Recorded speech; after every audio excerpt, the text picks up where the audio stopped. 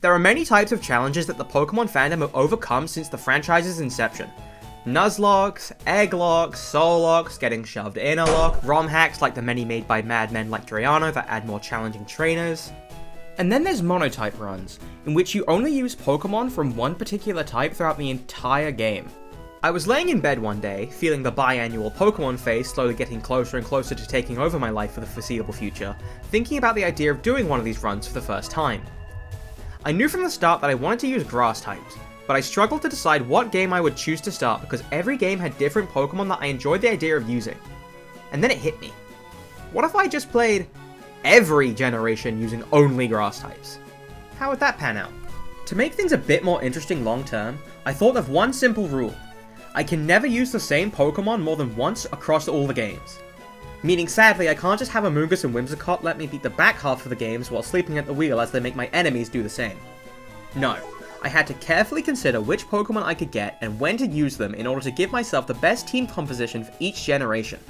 Within an hour, I had a rough outline of my game plan cobbled together and was ready to begin with the first generation, by loading up the appropriately named Pokemon Leaf Green version. Using only grass types is all well and good, but that limitation by itself isn't going to be all too tough without a few extra rules in place. 1. No healing items in battle.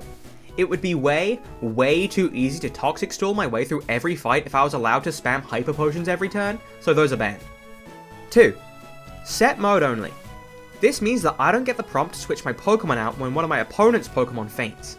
This makes switching out a much riskier and more considered move, and incentivizes me to strategize more for the harder battles I'll run across in the game. 3. No intentional overleveling.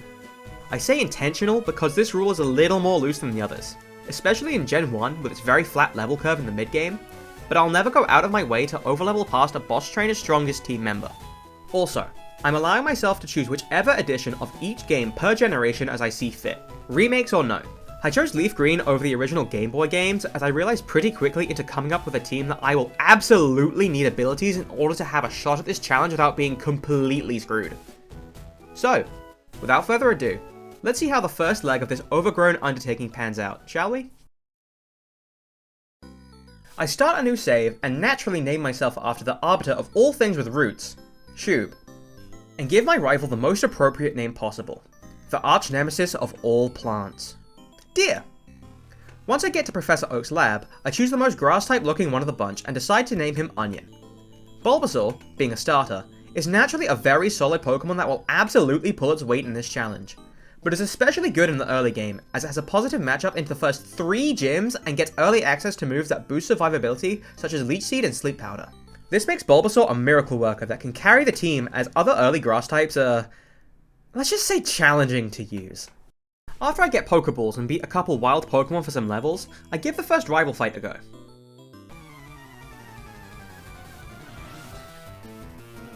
Alright, first rival fight. Considering he's level 9 and I'm a level 7, and he is a Charizard, or Charmander rather, I don't think I'm gonna win this, actually.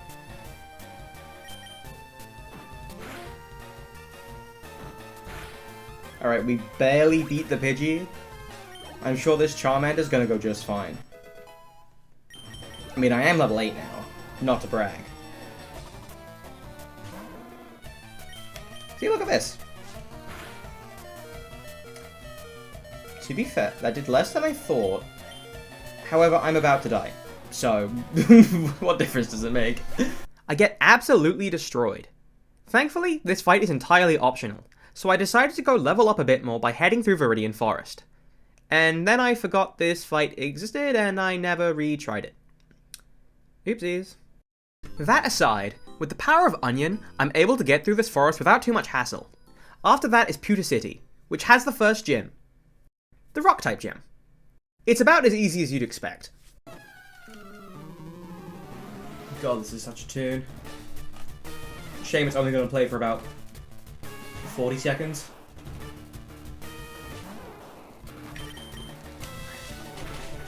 And he's gone.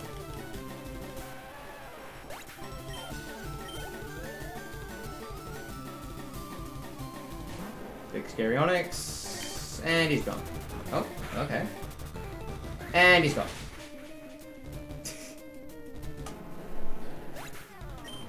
Well, that was easy.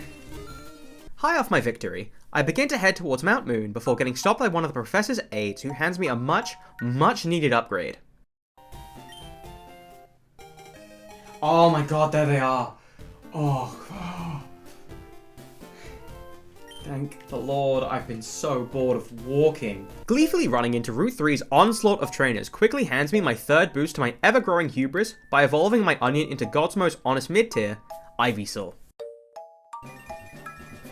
Bigger onion! Hell yeah! After growing my onion to greater heights by feeding it the blood of a small army of rodents, birds, and bugs, I head into Mount Moon to get the first TM that will actually impact the playthrough.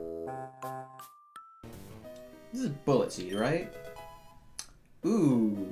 Despite coming into this game without doing a whole lot of research or planning specifics, I did know that TMs would prove to be some of my most valuable finds in this whole challenge, as they would be the only way to increase the abysmal type coverage that I will have throughout the game. A problem that's already beginning to get on my nerves with all these grass-resistant Pokemon. However, it's upon fighting Lass Miriam and seeing her team that I realize that I've made a massive, costly mistake.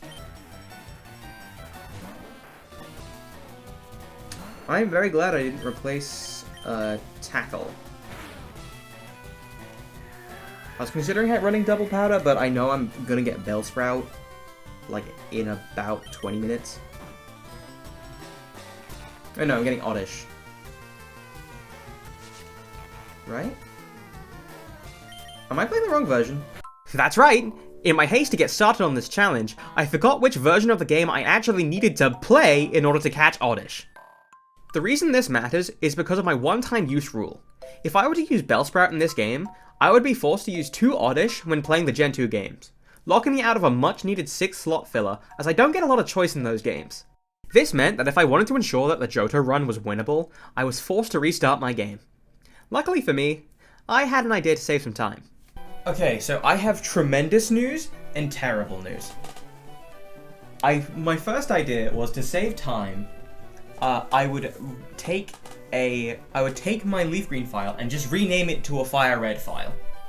And then that would just speed up the process if it worked. And it did work. However, I didn't save.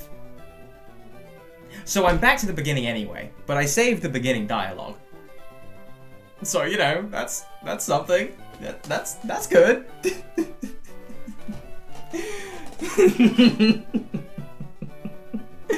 Oh, I'm such an absolute idiot. Yeah, I'd like Bulbasaur, please.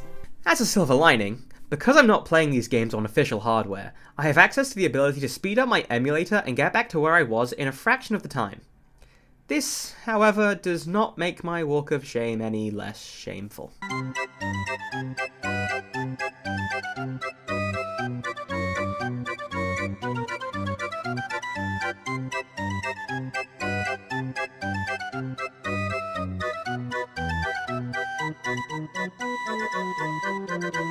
Although I intended to use one on my team, I did not actually look up where the earliest point to find Paris was. I shudder to think what the challenge might have looked like if I never happened to encounter one in this cave, because the only other place you can find them is the Safari Zone, and I absolutely needed a second team member for the next major trainer fight. So once I'm back up to where I left my Leaf Green save, the first thing I do is get my hands on one. Come on. I guess I may as well keep progressing. Oh no, never mind. Found it. Yippee!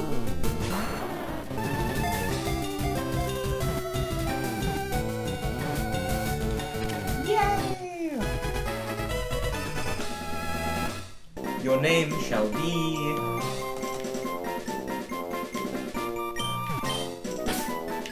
Button. Like a button mushroom. Now that I've added a second team member, it begs the question, how good is Button? Bad. Absolutely bad. This Pokemon is terrible. Parasect is a bug and grass type with middling defenses and would be lucky to beat Molasses in a race down a slight hill. Bug and grass is widely considered to be the worst dual type combination in the entire series, with 2 quad weaknesses to flying and fire, and 2 weak offensive types that don't complement each other at all. In a normal playthrough, this Pokemon is vastly outclassed, but in Monograss, it actually serves a niche: physical damage and type coverage. Before Generation 4, all Grass-type moves were considered special attacks. That means with Parasec's drastically worse special compared to its unspecial attack, it will rarely want to use Grass-type moves anyway, and the only Bug-type move it ever gets is Leech Life, which in these games does less than nothing. This means that Parasect actually benefits more from its respectable TM moveset, making it my only physical attacker for the majority of the game. But just because it has a role to fill, that doesn't make it a strong mon by any means, as grinding it to the proper level takes a long time even with speeding up. Seeing that Button's only attacks are Scratch and the aforementioned useless Leech Life, I decide to use the Bullet Seed TM on her to give her something for all the Rock and Water types I'll be meeting in the immediate future. Once Button is up to speed, I get back to trekking through Mount Moon. The required Super Nerd fight takes alarmingly long, but I power through and take the Funny Fossil in hopes that it grants me Divine Favor. After leaving the cave, I scurry to Cerulean City, heal up my team, get called a broke bitch, and then run to Nugget Bridge in the hopes of catching my third team member. I meant to say before this. Oops. Oh, 4 guys? Despite being very much so unprepared for this fight, I actually get quite lucky, with double crit tackles from Charlotte, Sun Bunyan, into the Pidgeotto, and getting the Charmander down to a third health before being taken out. I give the fight a second try, and even though my lead didn't get turned into paste on the first turn, the fight goes more or less the same as the first attempt, with Charlotte losing out to Charmander. We had a taste of this with our first encounter, but this one really highlighted the most consistent roadblock I would face in this run: my rival. This is the first time in a Pokemon game that I can truly say that I felt the bitter rivalry throughout the entire game. The combination of his Pidgey lead and high-level Charmander is a massive undertaking for an all-Grass-type team to tackle. It's a problem that will get worse with every fight, so I need to be prepared. While checking my TMs, I realized that Button can learn Thief, so I taught it to her because my dumbass forgot that Dark-type moves are special attacks. On top of that, this caused me a lot of headache later on. Thankfully, after I level up Charlotte for him to learn Razor Leaf, which will be the only Grass-type attack he will have for the rest of the game, by the way, I'm able to win by using the most effective strategy in history: dumb luck! Charlotte is able to put Pidgeotto to sleep and chip away at it, and then puts Charmander to sleep and secures 2 critical hits with Razor Leaf to take it out without even getting a scratch. With that, the fight is as good as over, but I wasn't aware of that yet, as I was under the impression that Deer had a Kadabra that would be a massive threat to my team. Nope, just an Abra that only has Teleport. This is then followed up by a Rat that dies immediately, securing me my first of many hard-fought wins against dear old Deer. Now that I've passed that hurdle, I'm able to slowly make my way through Nugget Bridge to get to Route 12 in order to get the next addition to my team, the one that I wanted so badly that I chose to reset my entire game for it: Oddish.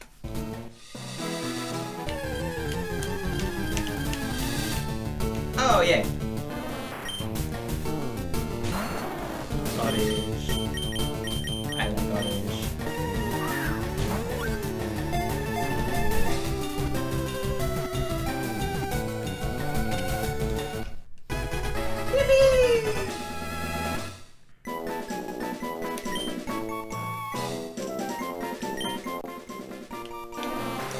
You know what? I forgot to nickname it. I pressed the wrong button. I suck at this. If my questionable Oddish-based decision-making so far and mumbling into the microphone didn't make it obvious to you, I must have used up all my mental energy brainstorming or something, because once I got over the excitement of the idea of this challenge, I was extremely tired. Which was crazy, because it was only like 8 PM. I knew that if I was tired enough to mix up the A and B buttons, that there was no way I was in a good state to continue the run, so I took my Oddish named Oddish and called it a day.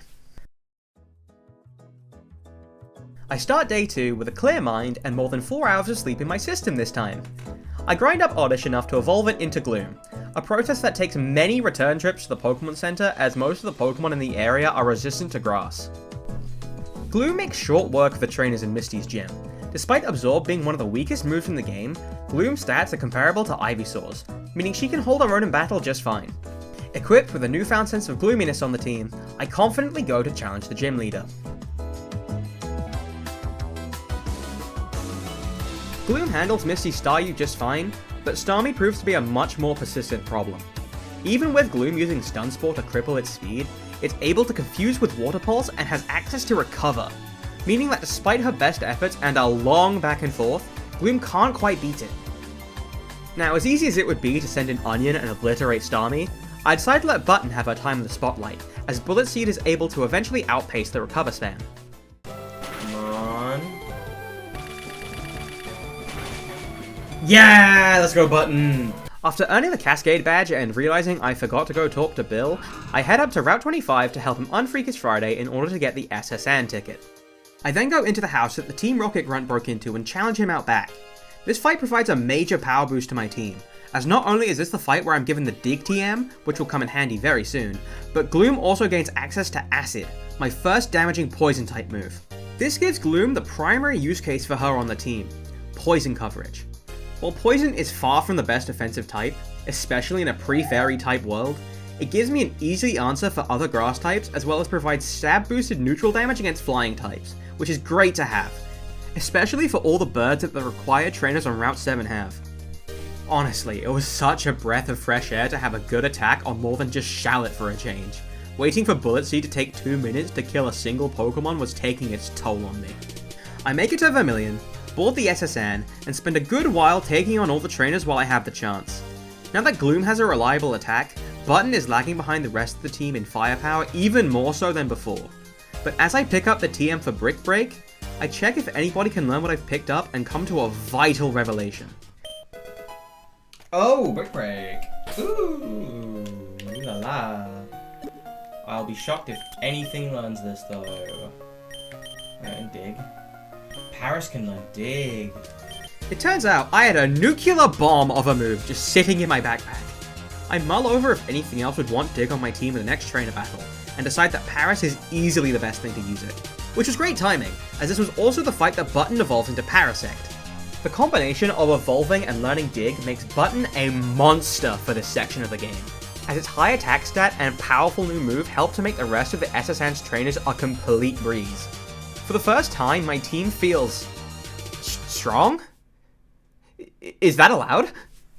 They all put out good damage, and I feel like I have reasons to use each team member that isn't just out of pity for a change.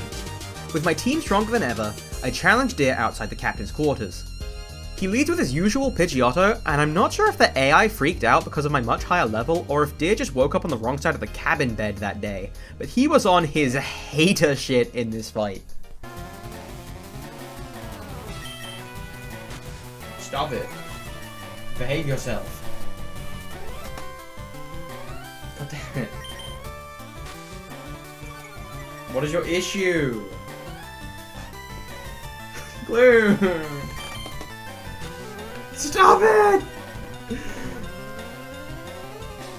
Gloom's eyes aren't even open. 5?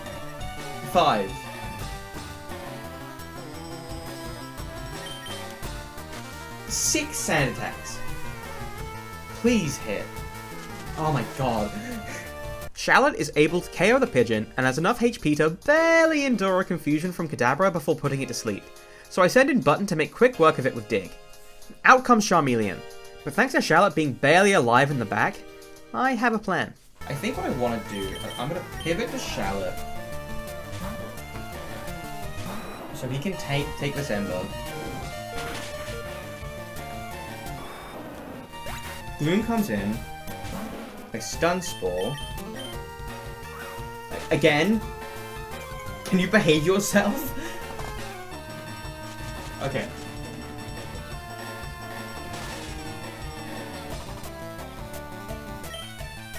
And then I'll try and take it out myself. That's fine.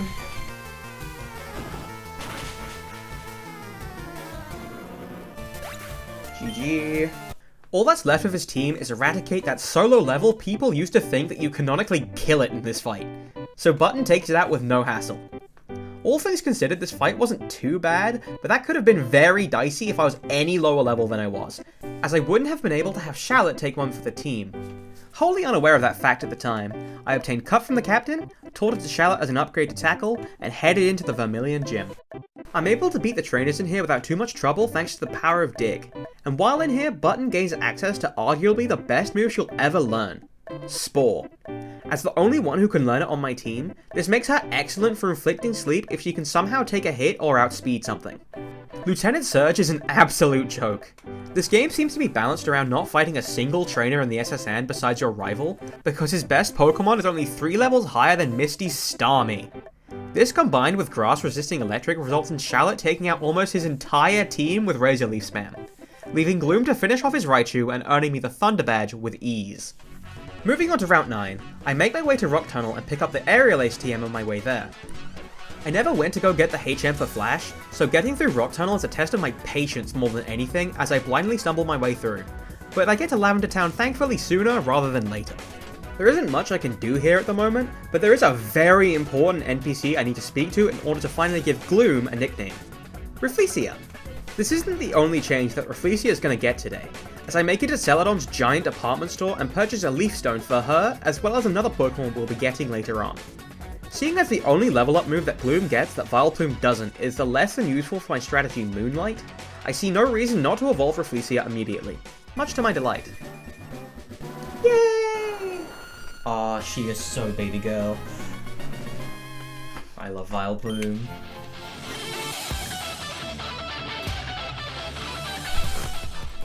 Okay, I took a little break, I had a nap, had some coffee, and also did a little bit of research on what I can do right now, because I didn't realize just how much the game is open right now. Because I believe if I want to, I can get Execute before I even do the 4th gym. So that's my goal right now. In hindsight, this plan was absolutely overkill, as my team was already the same level as Erika's strongest mons, and I would have been able to beat her without too much difficulty. But I do enjoy a bit of cheeky sequence breaking when I get the chance to. In order to get the Poké Flute, I head back to Lavender Town to climb the Pokemon Tower and face off against Deer once more. The knock-on effect of only having 3 Pokemon on my team really starts to show at this point in the game, as once again my Pokemon are significantly overleveled compared to his. His Pidgeotto once again decides to Sand Attack Rafflesia instead of just doing damage, so she can take it out within 2 turns. His Execute manages to put her to sleep, but Charlotte takes the kill on both it and his Kadabra. Charmeleon gets outsped by Ivysaur somehow, gets put to sleep, and goes into the red before it manages to take out Charlotte. For reasons I can't understand, the AI decides to growl at Button instead of doing the 4 times effective Ember and probably taking her out, so Button clutches a win against it. Gyarados would be a scary sight if it wasn't only level 22, so Button chips away at it with Spore and Bullet Seed, securing me my last ever first try win against my rival. Upon realizing that I'm an idiot and need to go grab the Silph Co first, I head back to Celadon to take on the Rocket Hideout. Every single grunt in this area is a joke not worth talking about, as all they have are level 20 bats and rats. I do, however, get a pleasant surprise as Charlotte hits level 32.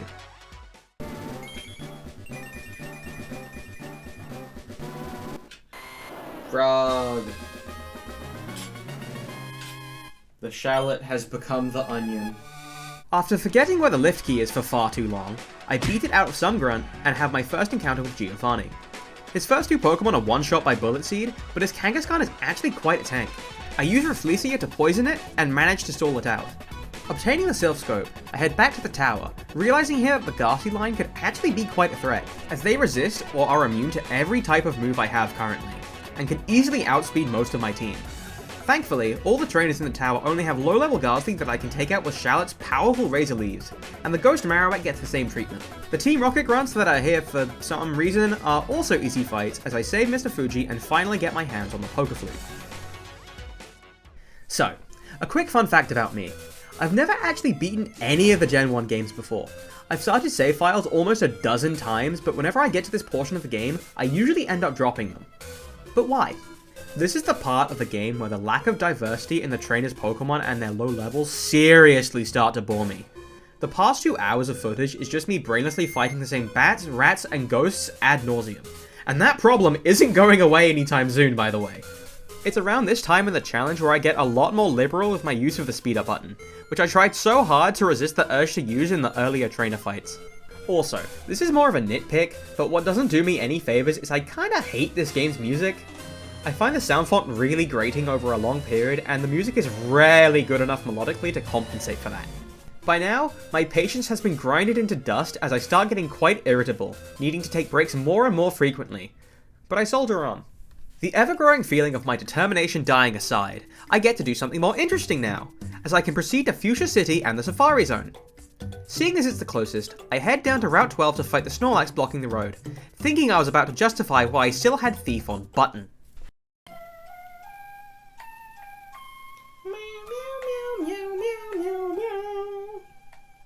Hello, sir.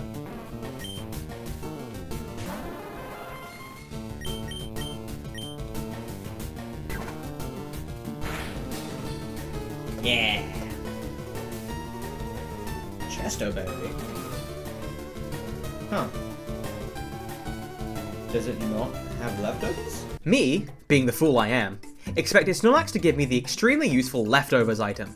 This whole time my team has had no held items to help them out, which I was hoping to change. This was a gut punch I really didn't need right now, but I had a silver lining in knowing that I was due for a powerful new ally soon. After losing my mind in the Route 13 trainer maze from hell, I avoid every other trainer I can on routes 14 and 15, immediately heading into the Safari Zone once I enter Fuchsia. The Safari Zone actually has a lot of excellent stuff in it, as not only do you get 2 essential HMs in here, but an extremely important TM in Sunny Day. I managed to make it to the end of the Safari Zone without encountering the Pokemon I came here for, and even found a Chansey before I got the 1 in 5 chance I was here for in the first place.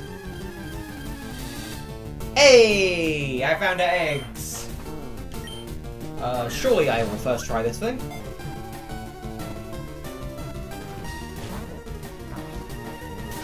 Fuck! God damn it. Alright, that's fine. Another Chansey encounter later, and I'm finally able to find an Execute that I'm able to keep down. Paris. Eggs!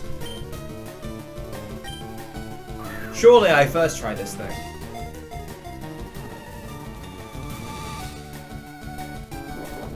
Maybe it's fate. I also don't have to level it up very much, which is really nice. Yeah! It fell for my promise of no grinding. Seeing as this Execute is a girl, presumably fell out of a coconut tree, and definitely exists in the context of all in which she has lived and what came before her, I named her Kamala. If I wanted to, I could evolve Kamala right now, as I have a second Leaf Stone. However, unlike Gloom, Execute actually has access to a very powerful move later on that's worth not evolving it for, so I'll be holding off on that for a while. I simultaneously train up Kamala and head back up to Celadon using the cycling road in order to challenge the 4th gym leader. Now, you'd think as a grass-type trainer myself, the gym of the same type would be tedious, if not difficult. But that's part of the reason why I elected to get an Execute, as all the trainers I fought used grass and poison types. This means that Kamala can take them all out without breaking a sweat. In the fight before I got to Erica, a Gloom survived a confusion and managed to poison Kamala, which normally wouldn't matter, but... Oh shit, I did not mean to stop that. I meant to open my inventory.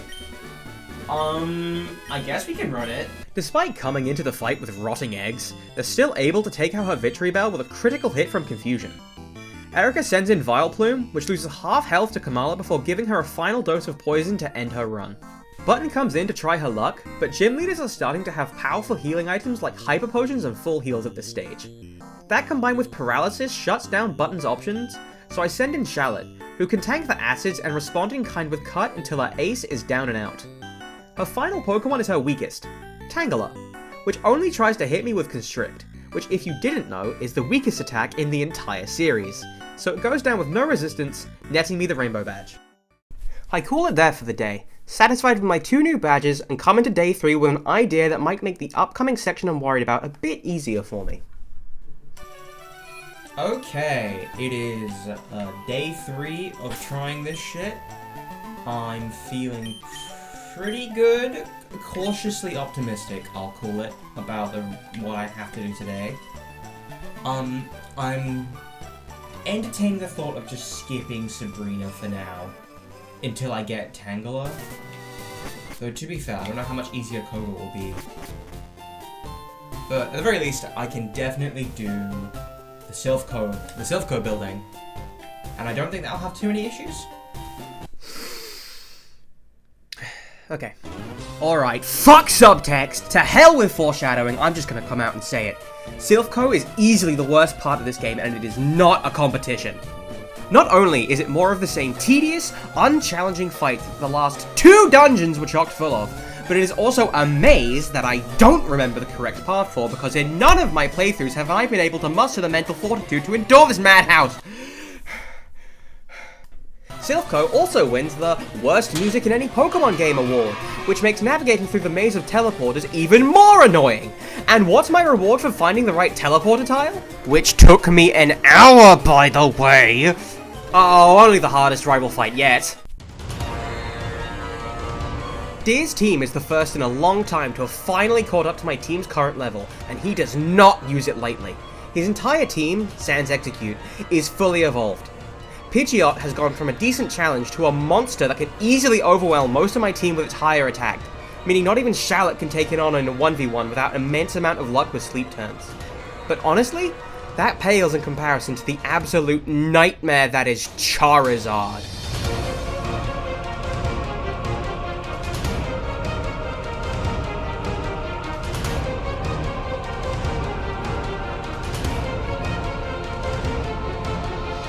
Charizard might as well have been a Pokemon that was tailor-made to be the bane of this challenge specifically. Outspeeds my entire team? Check. Able to easily take them all out in one hit? Check. No weaknesses I can exploit? Check. Now that Charmeleon's got its pilot's license and gained the flying type, my only answer for fire types, that being ground type moves, don't work at all. These factors combined mean that if I come at this fight with raw strength alone, I will be outmatched even if luck is on my side. I throw myself at this fight for about half an hour. Even if I can take out the rest of Deer's team, every time I am stopped dead in my tracks by Charizard. With this huge roadblock now staring me down, I know that my only hope of winning will come from finishing out my team. I go to get the TM for Psychic and realize that I never got the TM for Light Screen back in Celadon. I teach both to Kamala. Once I have those, I head back down to Cycling Road in order to try my hand at the future gym early. Now, you'd think that a gym full of poison types would prove to be a bit tough for me, but in all honesty, it was pretty easy, as half of my team is also poison type, providing me some resistance. Gen 1 was also allergic to giving poison type strong moves for some reason, so the scariest thing I had to deal with regarding that was Poison Sting. Also, all the trainers used notably non-poison types like the Drowsy line and Sandslash. For some reason, it didn't really make the gym any easier or harder per se, I just found it odd. I reach Koga and lead with Button to hopefully use Dig Spam to avoid his attacks and take out all of his Pokemon in return, but he leads with Coughing, which has Levitate, so that idea is immediately out the window. Thankfully, I have a plan B in the form of 6 egg-shaped nukes that I have in the back.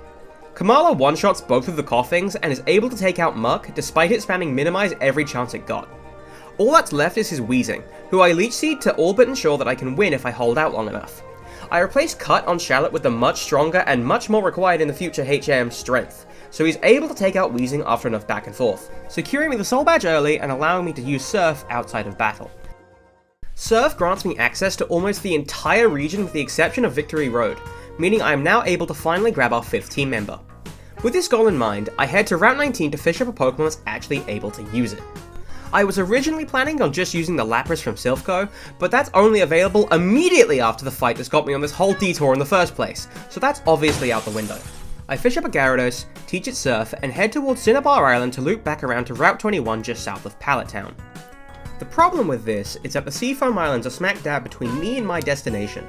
To anyone who actually played to this point as a kid, this will be an afterthought at the worst of times. But I'm coming here for the first time with a "God, please just let me get through this already" mindset that makes me spend far too long angrily fast-forwarding blindly and going around in circles in the cave. The strength puzzles in here aren't even tedious at all, but I'm just so impatient that I try and ignore them until I realize there's no other way to get through.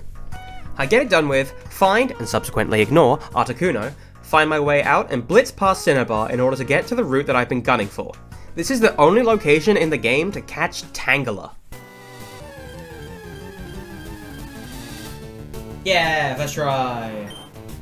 Level 22? Really? Okay.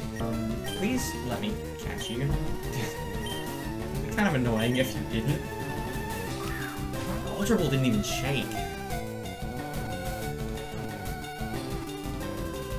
Oh, okay. It just prefers a more modest tone. I understand.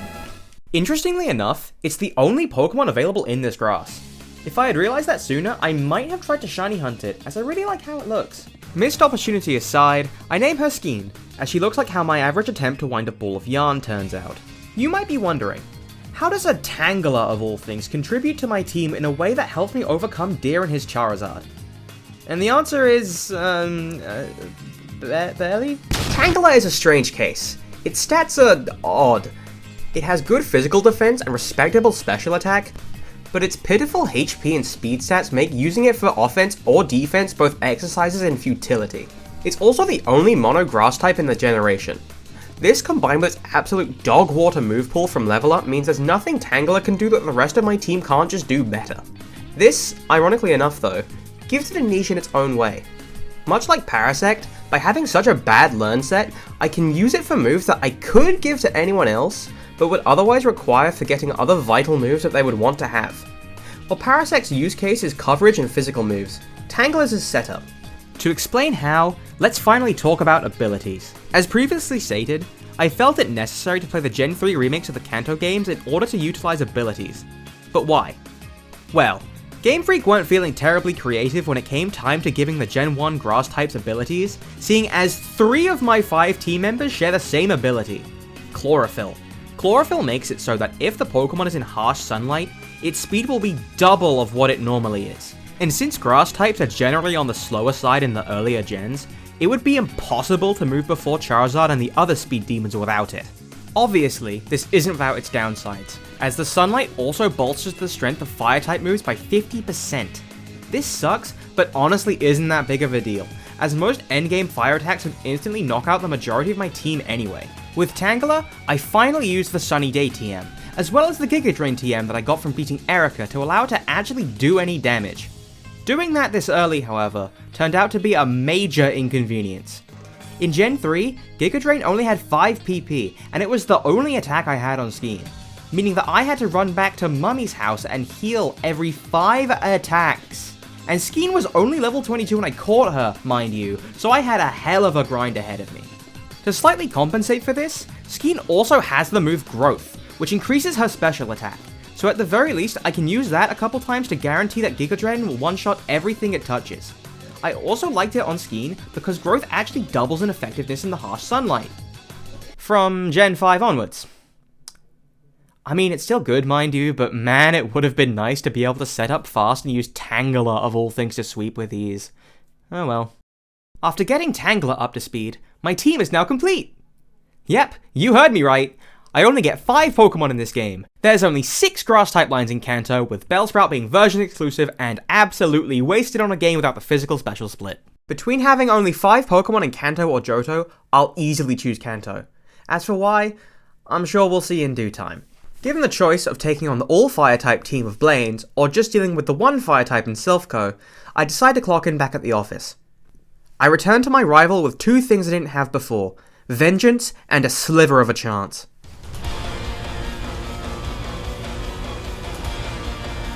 With some decisive switching, I'm able to take out both Pidgeot and Gyarados without losing any Pokemon. But once Charizard comes out, I get bitten in the arse by my decision to have Poison Powder instead of Stun Spore on Skeen. I poison Charizard and bafflingly decide to use Light Screen instead of just doing damage with Kamala. Because of this, Charizard takes out all but Button before succumbing to poison. Button then gets extremely unlucky with Paralysis and Confusion shenanigans from Execute, losing me the fight. As I kept throwing myself at this challenge, I realized that my best chances of victory would come if I can paralyze Charizard. I just needed to find a way to make that happen. In symbolic fashion, the eggs are able to take out the bird, surviving with a sliver of HP. I know that I'll need Kamala alive to set up Light Screen later, so I use Skeen to answer Gyarados. Out comes Charizard.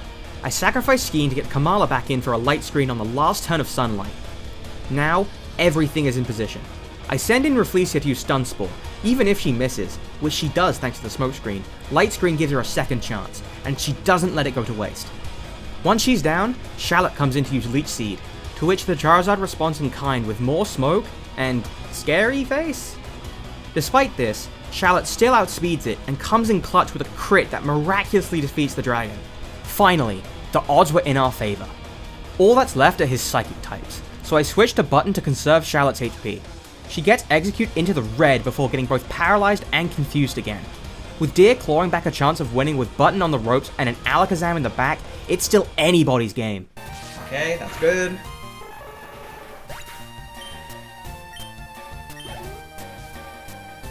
So now it's just Alakazam, who I think I can just...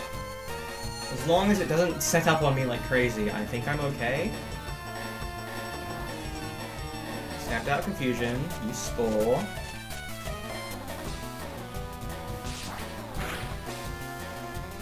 Let's fucking go! Let's go, Button! Oh, it's finally done. Oh, that bodes really bad for the champion. Oh no. With that hell finally out of the way, I get the now redundant Lapras, walk into a grunt by accident, and then, being the genius that I am, walk into the CEO's room without healing first. Yeah, I don't think I fight him here.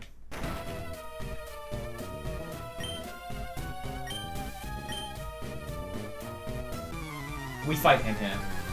Why didn't I think we fight him? It's Giovanni. Of course we fight him. With nothing but a wounded Charlotte and a paralyzed Button, I take on Giovanni.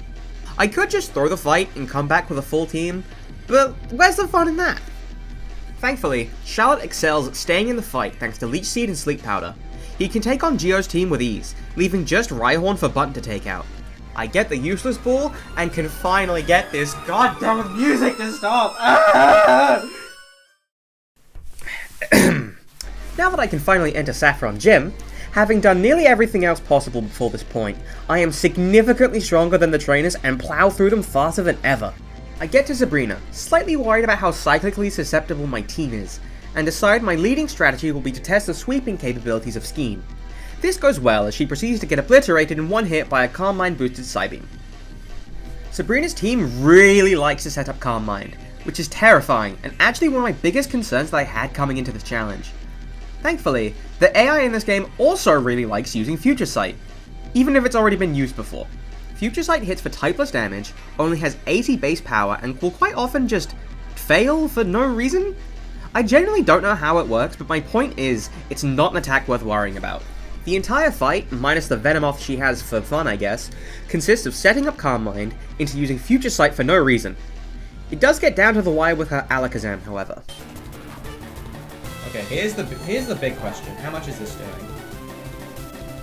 Enough to one-shot me. Okay. That's bad, some might argue. And I would argue that that's bad. It's just gonna keep Psychicking me. I think in theory, because I have Surf's Up, I could win off PP Stalling. Or not off PP Stalling, off of Leech Seed. I think it dies next turn, right? No. Okay. Uh-oh. Okay. Oh? I should have Sleep Powdered then. Oh, man. Alright. Oh my god, that's stupid. She's so stupid. We fucking won first try. This is the fight I was the most worried about. More than Blaine. And I first tried it. That's insane! With that, now all I have to do is get the 7th badge. So I get lost in Seafoam Islands once more and return to Cinnabar to explore the Pokemon Mansion. In here I find the TM for Solar Beam, which I hold off from using for now, as well as the key to get into the gym. This is the Fire-type gym of the game, so it goes without saying that I need to come into this with a damn good team if I want to win with only Grass types. My best answer for Fire currently is a Pokemon 4 times weak to it and almost definitely slower than most Pokemon I'd encounter. To remedy this, I look up where to find the Quick Claw and realise that I actually missed it in the Safari Zone, so I go get lost in Seafoam again and go pick it up. This is the first meaningful held item that I found in 6 gyms worth of gameplay, by the way. Isn't that fun? While around Fuchsia, I also go looking for the Return TM as an upgrade for Slash on Button, taking out all the trainers I ignored on the way for some much needed experience. It's during this process that Kamala gets to level 43 and finally gets Solar Beam, meaning now there's nothing stopping me from getting my fully evolved team by evolving her into the tree she once fell from, Exeggutor. I return to Cinnabar and give the gym a go. The trainers are obviously harder than most, but their teams are fairly lower level so I can power through to Blaine. On the first try I actually get him down to his Ace Arcanine, but barely.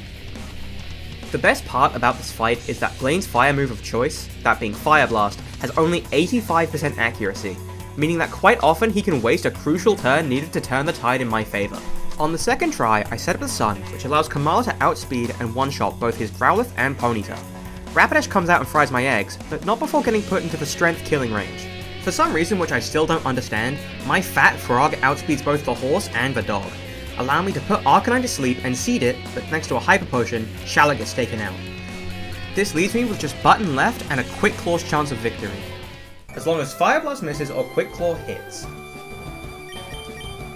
What? Huh? Huh? I know I didn't have full PP, but 0? Oh, I'm faster anyway.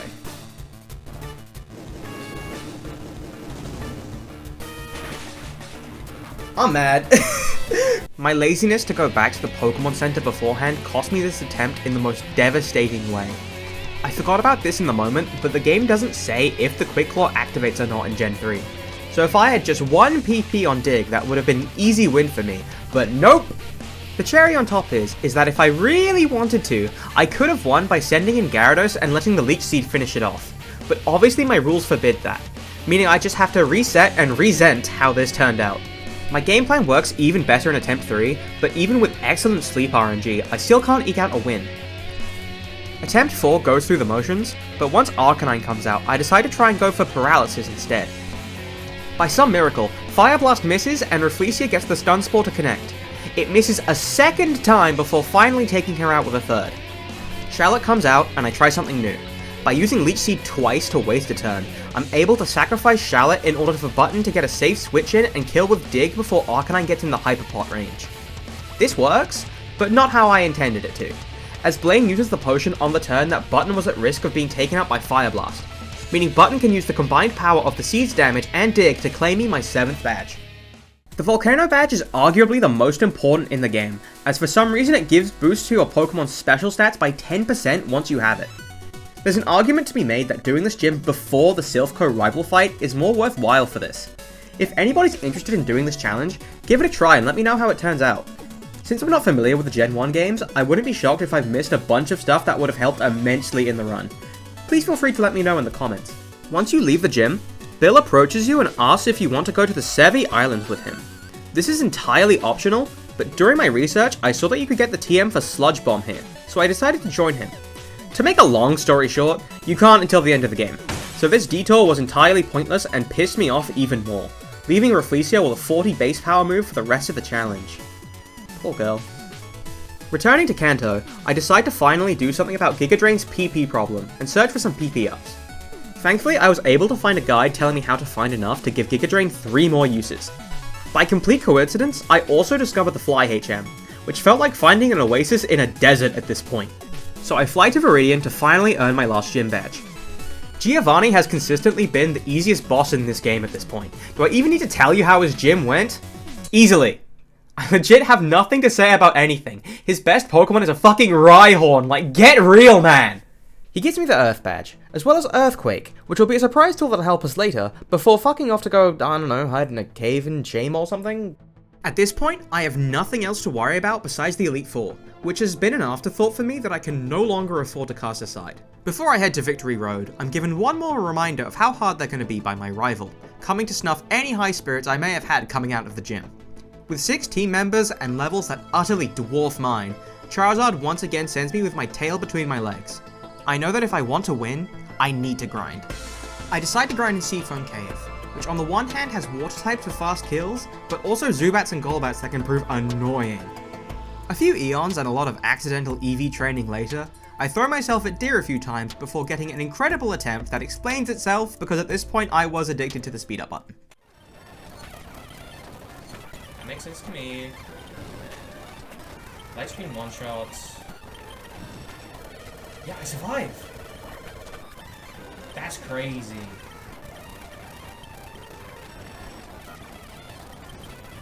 Oh, stupid. Okay, that's Charizard dead.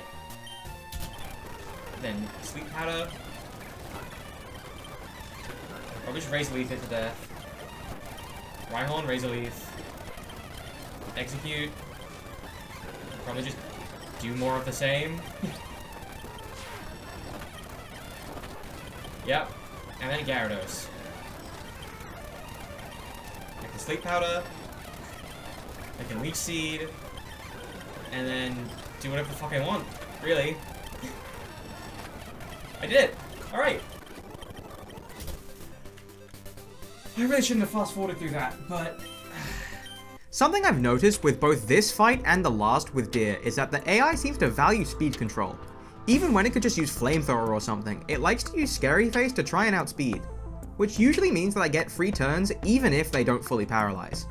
Deer storms off to go find some headlights to stop at or something, and I head into Victory Road. After a close call to a trainer with a Charizard 8 levels lower than my Pokemon, my morale is at an all-time low. I'm so tired of this game, I just want it to be done.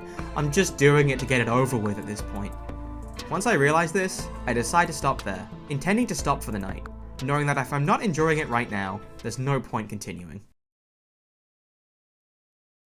That night, I was lying in bed, unable to do anything else. I know I wasn't enjoying playing Fire Red, but I think after being away from the game for a few hours, it became clear to me that I was so close to finally being done. The worst of it was behind me. Realizing that, something clicked. I get back to my PC and boot up the game, one last time. Getting through Victory Road takes me less than 10 minutes, much to my shock. Is that it? Am I done? Oh! Victory Road's short as hell. Getting to the league leaves one big question. How much stronger can I get before I give this a go? Well, a rule I've always stuck with personally is I like to level my Pokemon no higher than 7 levels below the champion's strongest. It usually keeps me in line with the Elite Four and makes the champion a challenge worthy of the title without being impossible. In this game, that means my team can be up to level 56 before I enter the league. That's all well and good, but if I want my best shot at this, I need every held item I can muster. After doing some research, I realized that technically the Snorlax do have the leftovers. The problem is that they're underneath them and must have been buried so deep that you're required to use the item finder to dig them out. To get the item finder, you need 30 Pokemon in your dex. I currently have less than half of that, so I put getting it on the back burner. One of the few damage boosting held items available in this game is the Twisted Spoon, which boosts psychic attacks. Getting these could make my arguably strongest Pokemon, Exeggutor, even stronger. And this is where I severely regret wasting Thief on Button, as the spoons are only a 5% chance to be found on Abra. This means if I want one, I just have to catch one every single time and hope I get lucky. Oh well, I need to fill in the dex anyway. I can just keep resetting after each catch. How bad could it be? Right? Attempt number 1. Nope. 10. That's 11. Nope. Abra number 20. Okay, we are officially over odds. But it's fine, because Abra number 21 just showed up to say, hey, you did it. Good job. You earned your Twisted Spoon. You earned the Twisted Spoon that you're holding. You're not fucking holding it! Abra number 30. Big 3-0, come on. Nope. Alright, watch this. I just know. If I use a Master Ball, this is gonna be one with the spoon. Watch me. Watch me be right. It's not right. What is the odds of this? It's a 5% in a 5% and a 10%, right? It's gotta be 1 in 500 to find this. Okay. We are now double over odds. Abra number 42, please give me the answers I seek in this cool, cruel universe. I'm taking a piss. Fuck this, man. Oh my god. Abra. Abra. Abra. Abra. Abra. Abra. Abra 56. Abra 56 holds nothing for me but sadness. Abra 56 does not care for me, and does not care for soup, or custard, or any of the joys that you would have with a spoon. What do you think about that, 57? 57 has it! Yay! After burning through all my bad karma, I decide to try and multitask a bit, as Wild Arbok spawned with the Poison Barb and also spawned in Victory Road. Meaning I can simultaneously grind while trying to farm the item by catching all the Arbok I find. A good idea in theory, But I never get the barb, so all I did was waste my time as well as my money on balls. Once the whole team is trained up, I grab the item finder as well as the 2 leftovers, giving them to Shallot and Rafflesia. This leaves only Skeen without an item, but I can give her whatever berry I see fit depending on the fight. In terms of movesets, I replace Strength with Earthquake for Shallot, Slash with Return on Button, Rafflesia gets the much desired Solar Beam as well as Toxic. Skeen relearns Sleep Powder by trading in the big mushroom that Button kindly had when I caught her, and Kamala is my perfect soldier who needs no moves replacing.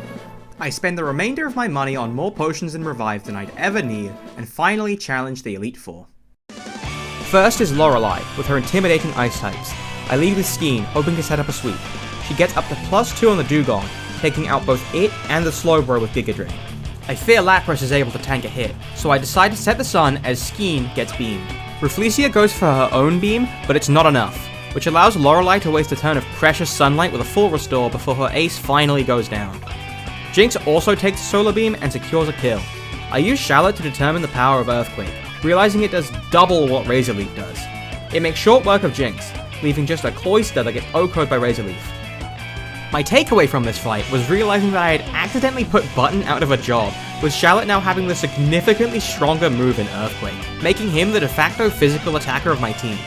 Regardless, beating the Ice-type trainer on my first try is an amazing sign, so I head on to challenge the infamously easy Bruno, who just gets swept using Skeen and Kamala with no resistance. I realize a bit too late that Agatha is actually quite scary for me in theory, as the only thing that I can actually hit most of her team with is the weak to Ghost type Kamala, as the Gengar line has Levitate to cover their ground weakness. I use Skeen to sleep her first Gengar, using this chance to set up the Sun and immediately put Kamala to work, and she absolutely wipes the floor with 4 of her 5 Pokemon while the Sun is out, leaving just her Haunter. I switch out so I can set the Sun back up, but get unlucky as my Sunsetter goes down to Dream Eater. I put it to sleep with Shallot and send back in Kamala, but I sadly lose the sleep off and need to switch her out. This puts me in an awkward spot, as I can only deal so much damage with my grass type moves. Despite this, Haunter doesn't prove much of a threat damage wise, meaning I can slowly burn through its health until I just have one last Elite Four member to go. Much like Agatha before him, I literally forgot Lance was even in this game, and right now the idea of a team of all dragon types is terrifying for me. Even if he's secretly just a flying type trainer and lying about that so he can seem cooler, that isn't much better for me. He leads with his Gyarados, who I believe is an easy Pokemon to get Skeen set up on, which works out until it comes out with a Hyper Beam crit out of nowhere after all he was using before that was Dragon Rage. Aerodactyl comes out next, and would probably be terrifying if it actually resisted grass type moves, as I can get it into the red with a Solar Beam to be finished off by Shallot. Then Lance sends in his ace, Dragonite. In a similar situation to Charizard, I have no answers for this thing offensively, but at the very least, it doesn't have a fire move to slaughter me with, so I figure I can get away with playing the long game by using Toxic. After that, all that's left between me and victory is Lance's 2 Dragonair, which thank God are extremely weak, even with Outrage, as Shallot earthquakes his way into a bout with the champion. With a frankly insane first try under my belt, and thankful that Lance hasn't evolved his team yet, I've bested the Elite Four and only have one trainer left to go. The only trainer that's been a consistent nightmare for me the entire game. Great! Here's how it went. Hi dear. This is easier than I thought, but this is still the worst fight. This is still gonna be the worst. I just know it. At least it's Toon. At least I get my ass beat when there's a Toon. So, I think the best thing I can do right now is just try and start Psychic Spam. Okay, that's fine. As long as I can get Sunlight up later, Button might just be a sacrificial switch in this fight, so I can get Sunlight up safe. Dragon Rage, okay man. A sweet fuck all. It would be funny to try and set up Skeen Sweep though.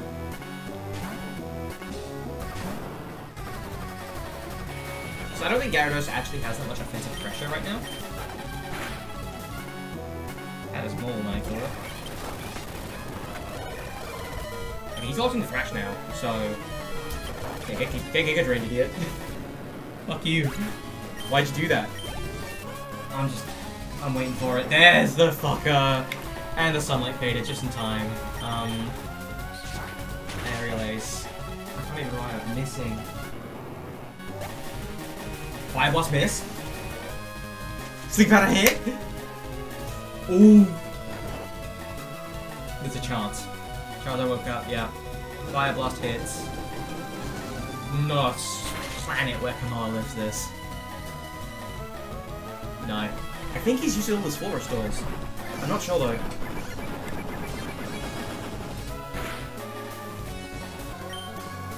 Okay. I almost misclicked. Not it would have mattered, but I almost misclicked. Yeah, button's dead. $1,000,000 question. Does Charlotte survive this? Didn't think so. I have to try and set it up so I can paralyze it. Okay.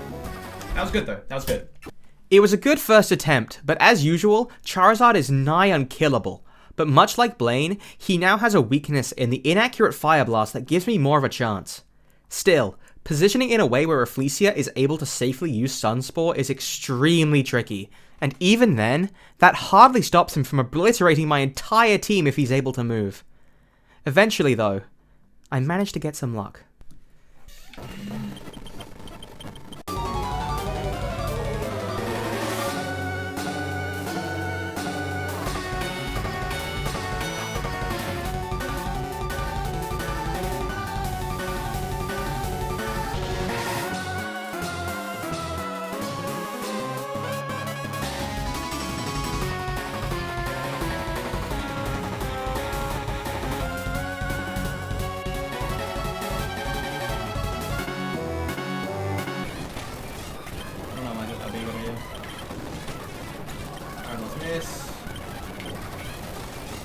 Okay.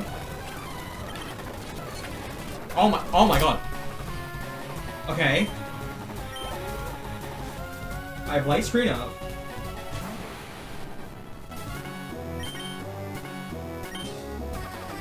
Okay, I have light screen up and Charizard's down. I can definitely do Solar Beam here. Even if it's a 2-turn. I think this kills.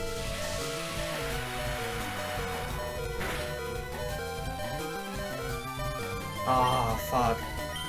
Okay, I can sleep. This is fine. I sleep out of this.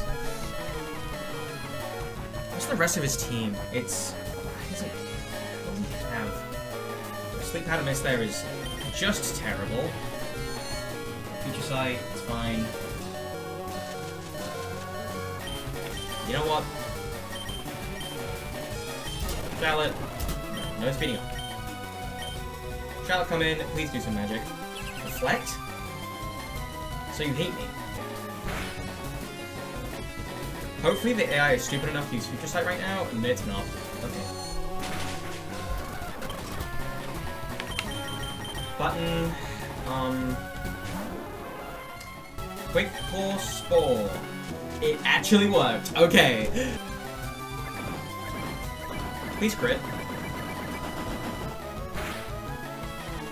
No. Okay. Reflector off. Floor Restore. Okay. That's fine. Let's keep in mind how many Floor Restores he has, because that's going to throw me off. Executive. Right on. Oh. Bye. Thank you. So that's just Executor, right? Assuming I live this? Yeah, that's a full heal. That has to be a full heal. We're damn close to it. Yep, okay. So it's just Executor. As long as I can put it to sleep, I think I'm fine. Like, who else do I have? No. That doesn't bode well. Light screen? That's fine. Go right ahead. I don't care. If I can just keep using return, then hopefully I can kill. And then I have my own in the bag. Okay, that does this quarter. I knew I should have put aerial ace on this thing. I knew it. Crit, crit, crit, crit, crit, crit, crit, crit. Oh. I think it's gonna wake up. Yep. Either way, it woke up. either by itself or by full restore, but that's fine. Okay, woke up. Light screen, yes, waste a turn. Go, girl, give us nothing.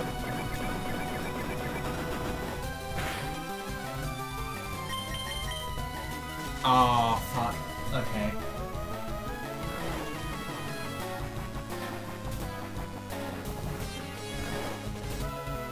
What item do I have in this thing?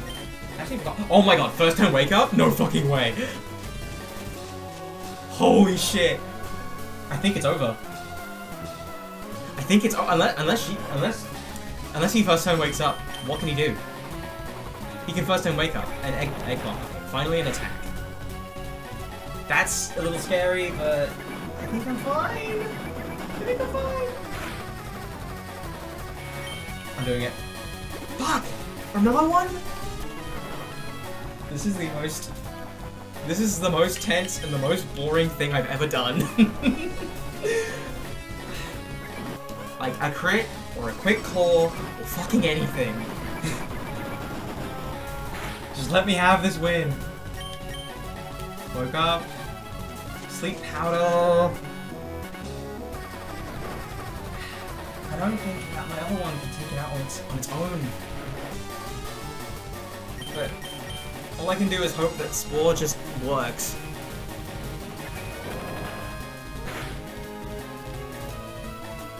Light screen wore off, maybe they'll waste their time doing light screen. Miss! Wake up! Button might do this.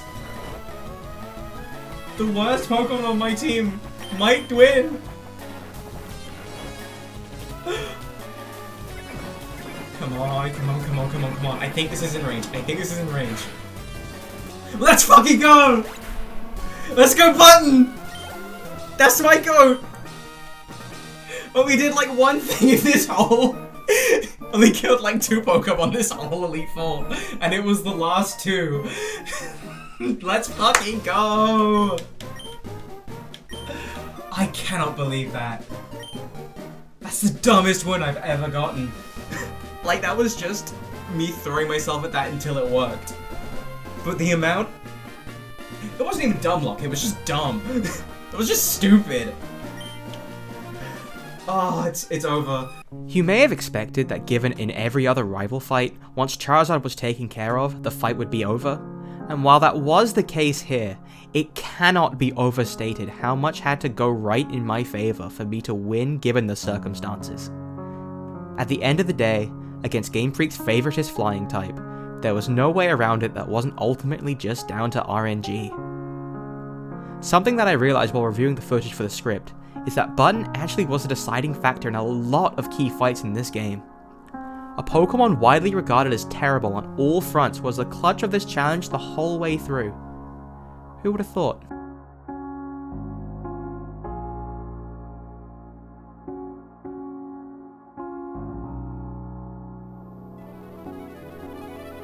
Yeah, this was a little tricky. This was hard, but not like impossible by any means. It just kind of tested my patience more than anything, which is, I guess, half the point of a challenge like this. But yeah, it took a while, but I had fun. But like, it's endings like that that make it worth it. Hello. Yeah. Fucking. It's endings like that that make the grind, the low points, the struggle, the only having like 40 power moves for the entire game until the end. It's stuff like that that makes this worth it, and I was already excited to do the rest of this challenge. This kind of just felt like, you know, eating my vegetables before I get to eat the tasty main. But I'm really excited for more moments like that as I go on. I really am. I feel really, really good about the rest of this. This is Editing Tube. I just wanted to say thank you so much for watching this if you stuck all the way through. This is my first time editing anything anywhere near this long, so it means the world that you enjoyed it enough to stick through. And I would like to thank my wonderful friend Wind for doing the ending illustration. I'm so happy with how it turned out. Her socials will be in the description. Please check her out. Give her some love. Thank you, Wind. This took about a month. I really enjoyed editing this, and I told myself that I wouldn't start Generation 2 until I got this video out and uploaded. But I already have ideas on how I can make the second video even better. I figured out how to make my audio sound consistent. My microphone suspension was fucked up, and as I was fixing that, the arm support of my chair broke. So now I have a new chair that's significantly less creaky. But, yeah, thank you again. I don't know what else to say. I just felt like I should do a little end bit. Thank you so much. Again. A third time. I did it! Yay! And all of it without needing Sludge Bomb. It would have been nice though.